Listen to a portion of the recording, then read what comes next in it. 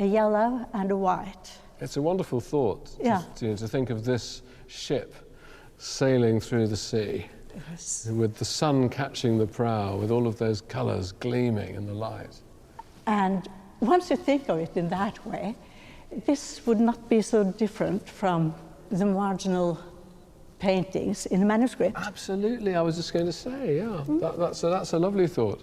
And it's a very similar sensibility, isn't it, that you're almost decorating the margin of a ship. Yes, exactly. The piece of the ship that isn't actually designed for use, like the part of the page that you don't read. That's it. You decorate. But the ship was not all that was discovered at Oseberg. It was Viking custom to be buried with your possessions. And it seems that our mysterious Viking queen also kept a fantastic collection of art, much of which had been carefully stowed by her side in her burial chamber. Take this decorated textile wall hanging, a kind of Viking version of the Bayeux tapestry, but at least 2 centuries older, and a rare example of narrative art from the early Viking age. But the majority of the art from the Oseberg burial consists of beautifully carved wooden objects, like these bizarre wooden sledges. Or this, the Oseberg wooden cart. Everything decorated with deeply mysterious ornamentation. So here we are, the world's most beautiful wooden cart. Yes. Ever seen anything like it before? No. No, I never. I mean, it's unique, isn't it? It is. It is funny when we look at the ship, for instance.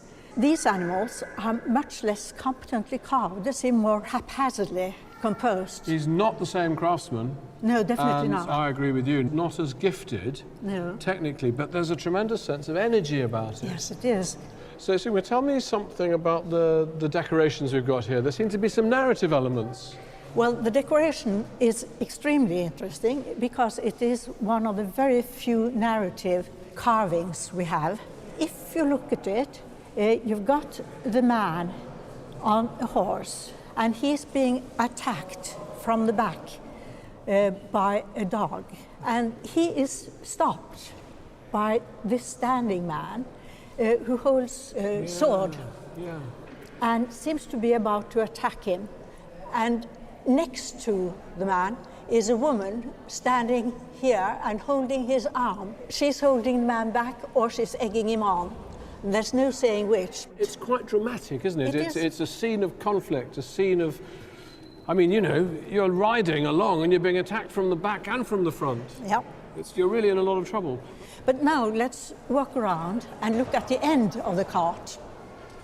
It's absolutely crammed with ornaments, isn't it? It is. And it also has these nice cat-like animals with their hands or front paws to their heads, suggesting very much the day after the night before. But that's just my imagination. They do. They look like cats with hangovers. That's what they look like. Yeah. They've got such quizzical expressions on their faces.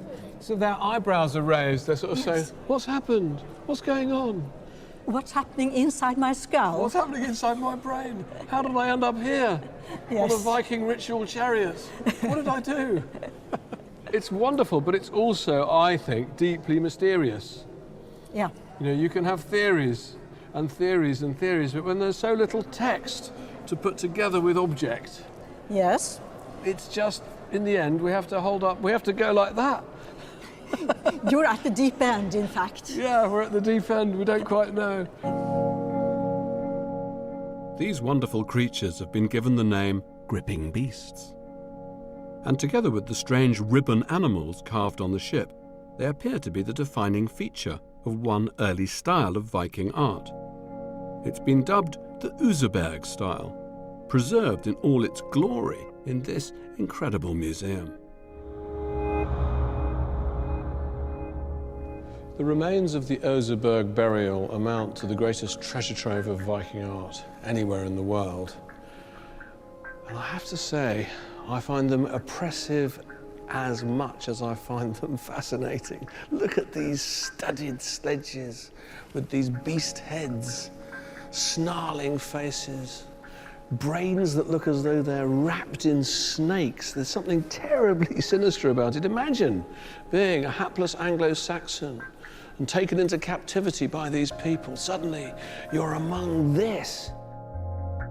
Look at these extraordinary animal heads. We don't know what these were for, but aren't they extraordinary? The delicacy of the carving, the depth of the carving into this hard wood, and the fineness of detail.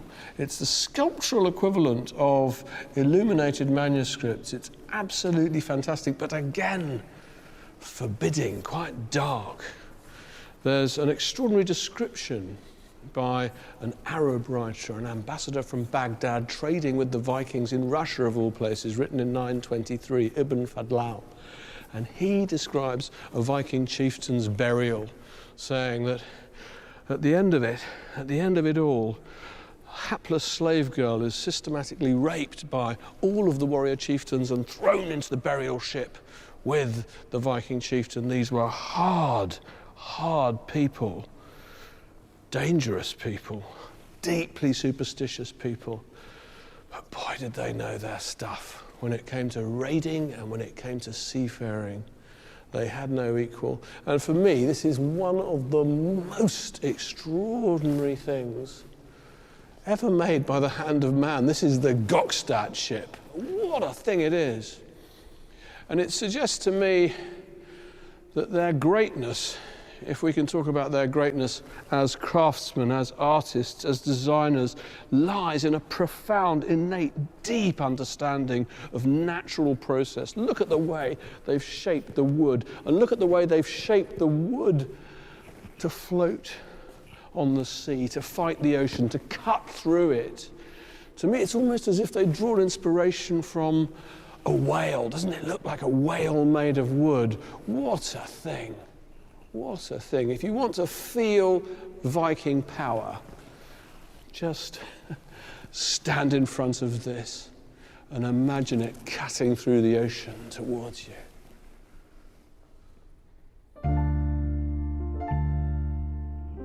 By the end of the 9th century, the Vikings were engaged in a full-scale conquest of vast swathes of Europe, expanding eastwards into Russia, establishing colonies as far afield as Iceland and the Faroes, and conquering large parts of England. It seems that raiding Anglo-Saxon monasteries had just been a phase the Vikings were going through. In places like Cumbria, Yorkshire, and East Anglia, they were now settling and bringing with them their culture and artistic traditions.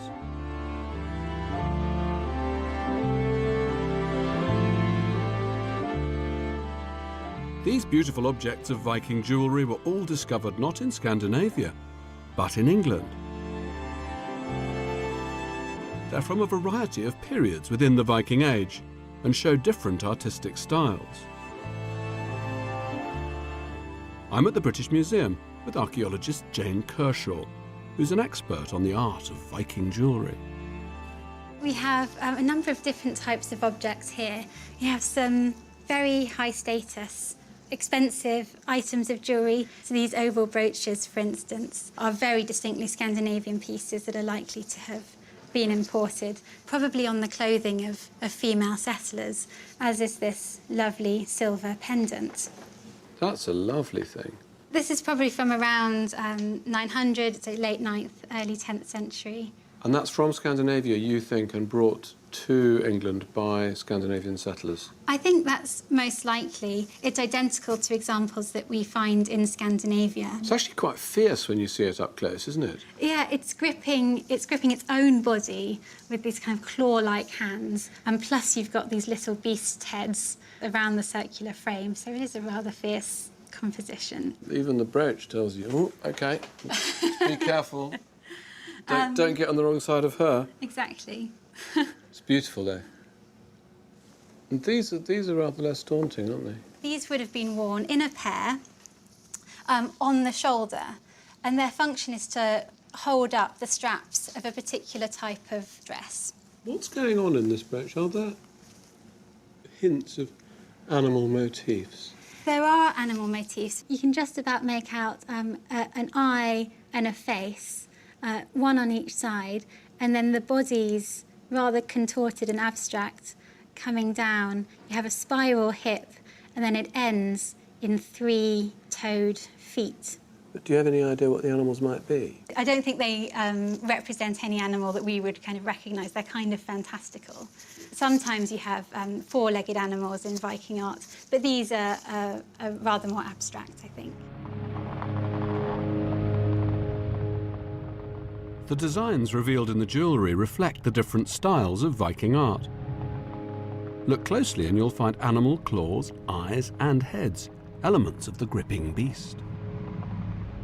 The creatures of Viking art live and breathe in this jewellery, and it's nice to think that these beautiful items were once worn in England.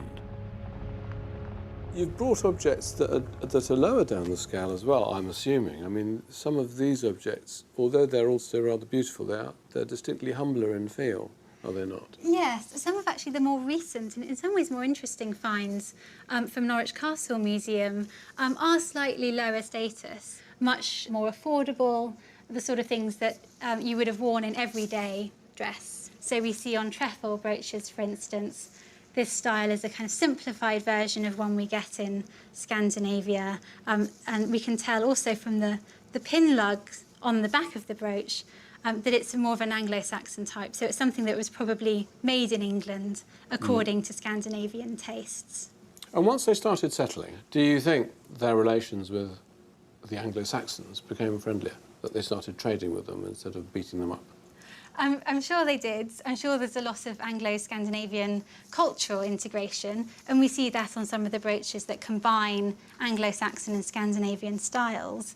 But it is quite remarkable that this Scandinavian female dress is upheld in England. You know, you might expect that they get rid of their oval brooches, they get rid of their strap dresses, and they start wearing Anglo-Saxon costumes. That would be the kind of natural path for social integration. But actually we don't see that. We see that they're keen to uphold dress styles from Scandinavia. When we get new styles coming in, women in England adopt those new Scandinavian styles. So they're staying in touch with fashions in the Scandinavian homelands. So they're very keen to display their Scandinavian inheritance. It's a nice thought, trying to think of, you know, presumably this fair-haired Viking lady walking down the street wearing those for the first time. Look at me. It's definitely a bit of bling. Definitely a bit of bling.